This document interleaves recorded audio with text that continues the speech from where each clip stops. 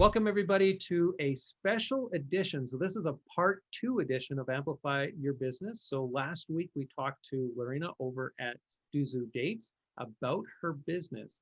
And now we're going to talk a little bit about her transitioning into a full-time job while still managing and growing her business. So Lorena, welcome back for part 2 of this episode. So happy to be back, Lance. Thank you for having me again. Now, one thing, if you're okay transitioning away from that part of it, I'd love to hear about your journey back to full-time employment, because I know with a lot of entrepreneurs, the business that they've started becomes part of their identity. And so this is who I am, and I'm defined by that. And so with most businesses, there's ups and there's downs.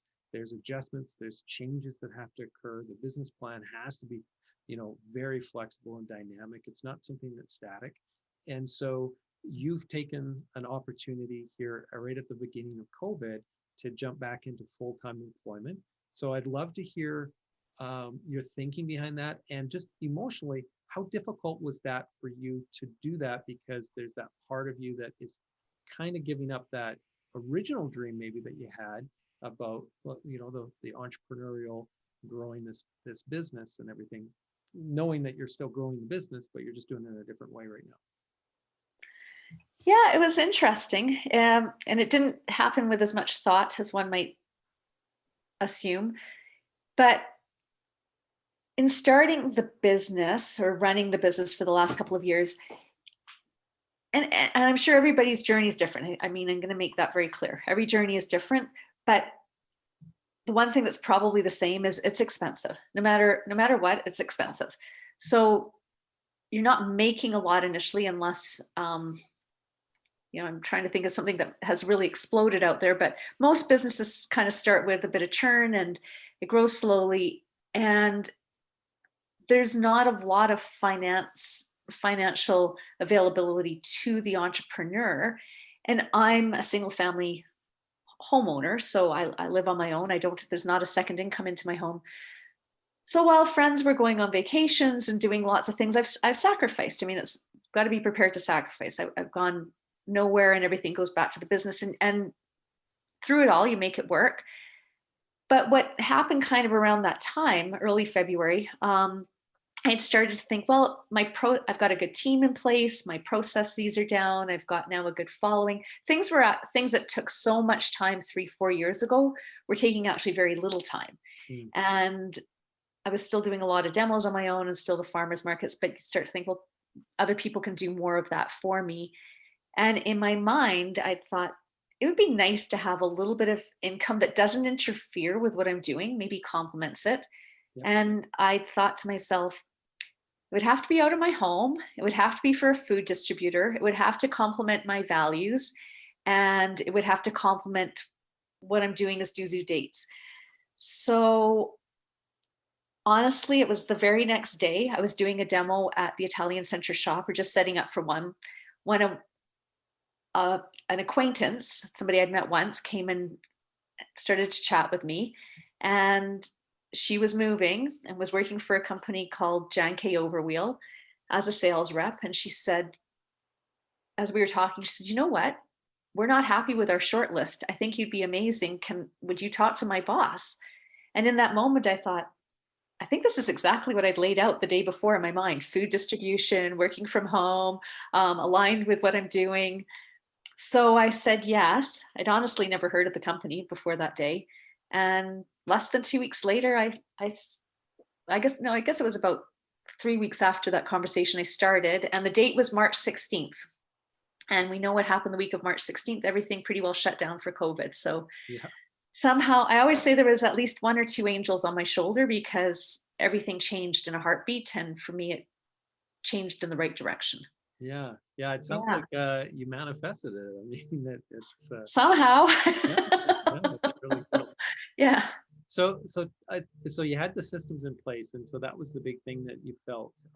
You weren't having to shut down the business or even slow down the business. You had everything systematized, everything processing. You had a good team in place, and so then that enabled you to do something slightly different. I think I thought growing. continuing on the path I was on would have been fine, and I would have kept growing it, and I wasn't looking for work.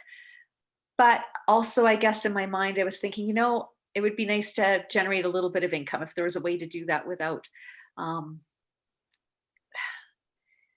a little quicker than what was happening. So yeah, because it's a struggle. Yeah, it totally is. And I think one of the things too, as a on sole owner of the business is, and I often look at partners and go, okay, it would be so nice to have our partnerships. I mean, it'd be so nice to have a partner that could share some of that burden, and the cash flow challenges and everything else to be there to help prop that up. But also the frustrations and the complications, and to take off some of the managerial decision making and so on. And so I know for myself, it at various times throughout Ample Media's history, it's been extremely daunting and extremely draining. And Mhm. there are those times, or were those times, in which things were really, really tight, where you're not sure if you're going to make payroll, and you've got some bills, backing up and so on. And it's like, okay, which bill do I pay this week, right? Yeah. You're doing those things just to try to survive, and it's kind of like, well, what am I doing? Why am I doing this? Because I could be working someplace else, and it would be just way easier. I could have those stress-free vacations without working while I'm on vacation and everything else, right?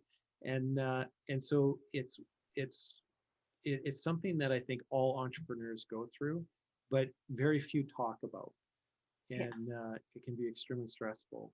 And so I'd imagine there was a big relief, especially as COVID hit and all that uncertainty, where you just like, wow, okay, this was perfect and perfect timing, and it's working out well.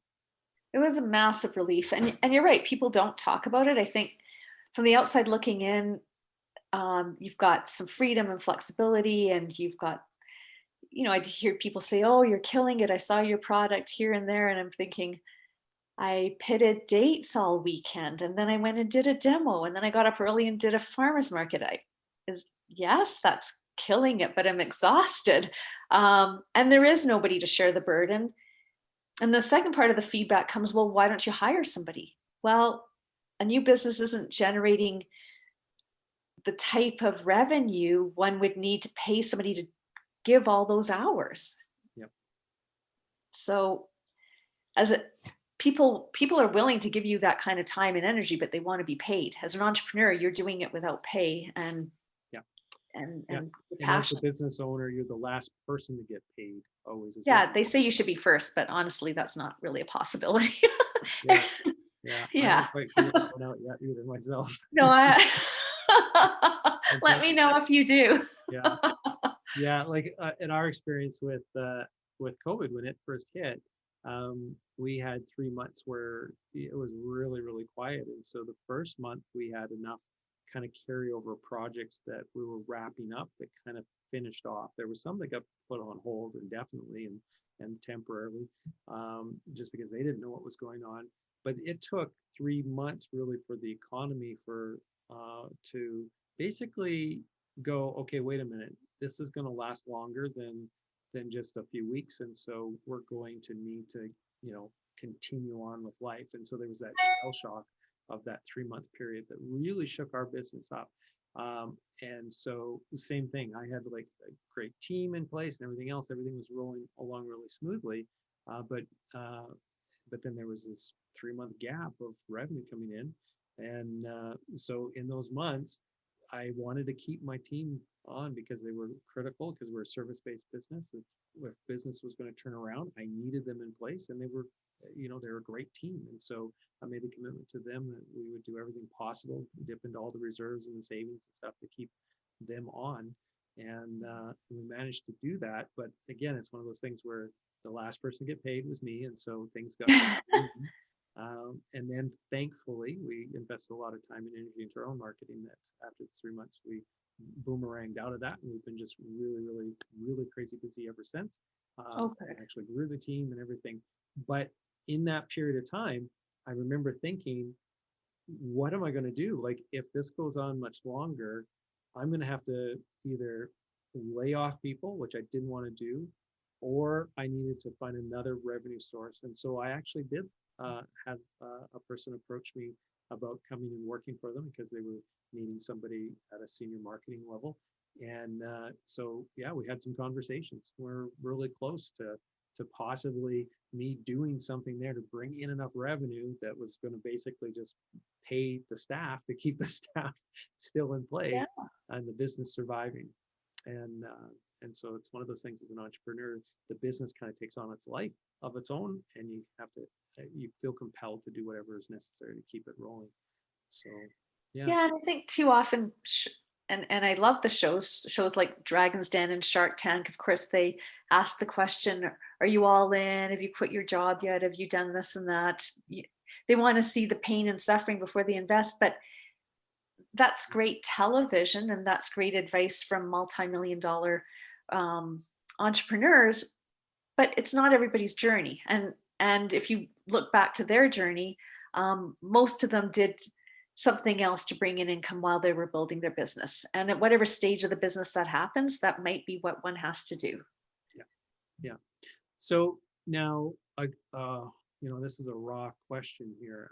Just how was it for you, just emotionally and personally, as you are stepping back into the full-time employment world when you were identified as the successful entrepreneur with Duzu Dates? And like you said, people talking about how you were crushing and everything else. And then now you're, conversing with them and telling them that you're full-time employed full-time now as well, in addition to doing the Duzu Dates on the side. What was that like to you and your spirit and so on? I'm just curious as to that impact on you.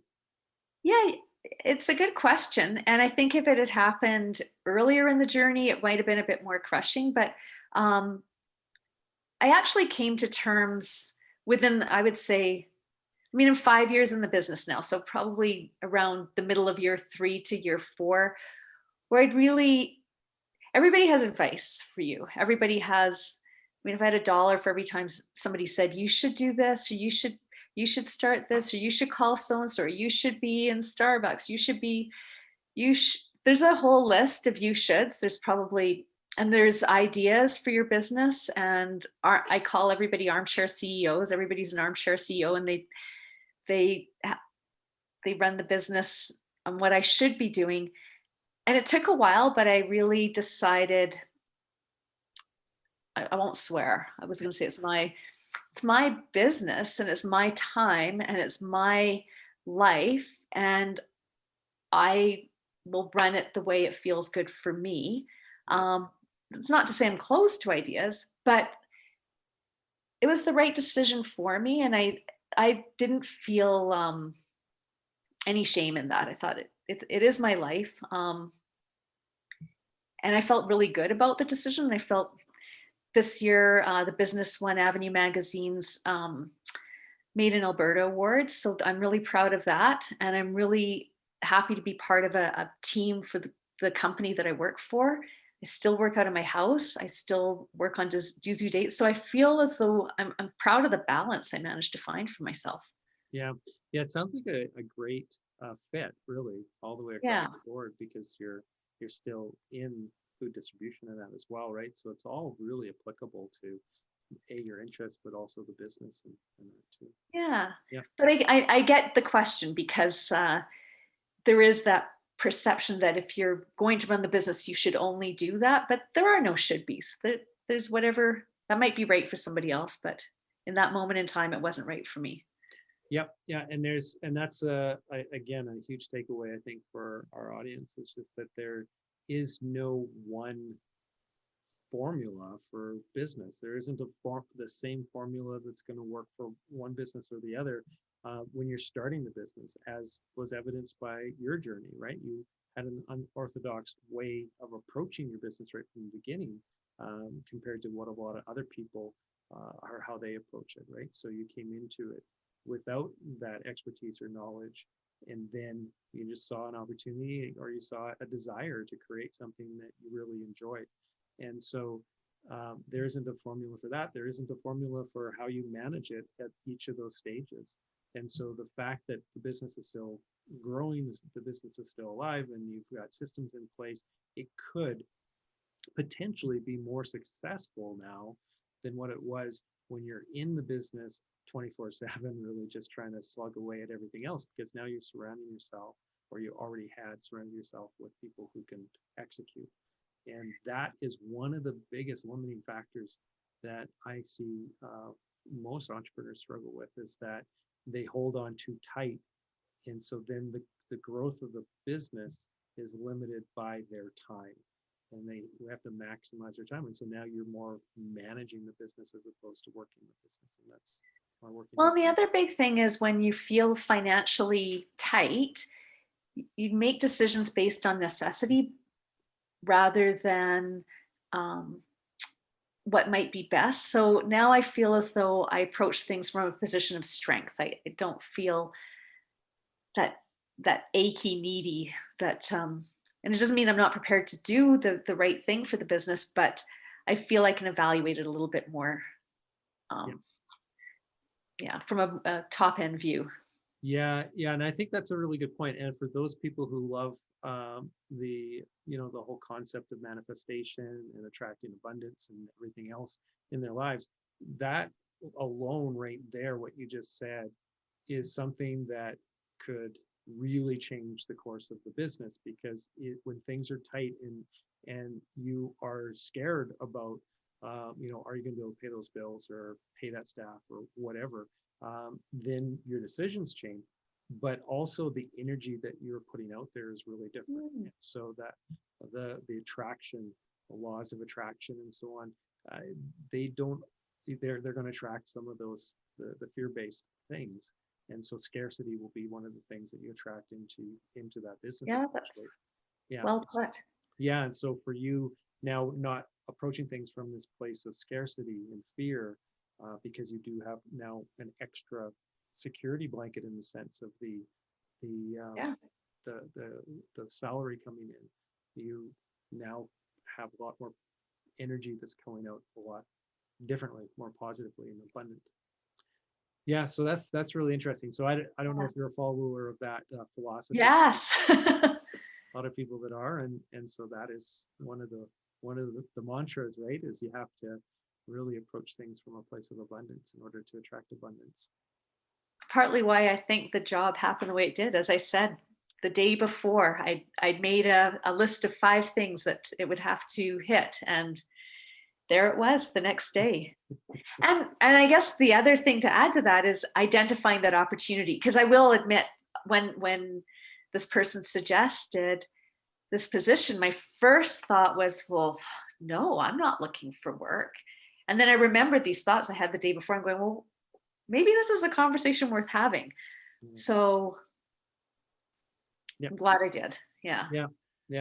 Well, thank you so much for sharing that, because that is a tender subject, and again, it's something that a lot of people don't talk about. And I just really love what you said just about how it's different for everybody, and it doesn't have to be a particular way, right? So year 4 is going to look different than year 1, and year 10 is going to look different, and who knows what that's all going to be. But at this point, this is what made sense, and it seems to be working for you, and that's great. Love it. I think it's really important for entrepreneurs to give themselves permission to choose what they want for their business. So rather than try to become something that society says you should become, that it should be multi-million dollars, and sure, that would be great to have millions of dollars land in our lap, but really, how do you want to spend your time in your day? And do you really want to spend 20 hours a day? And if the answer is no, you don't have to. You don't, and you might not become a multi-million dollar business, but that's also okay.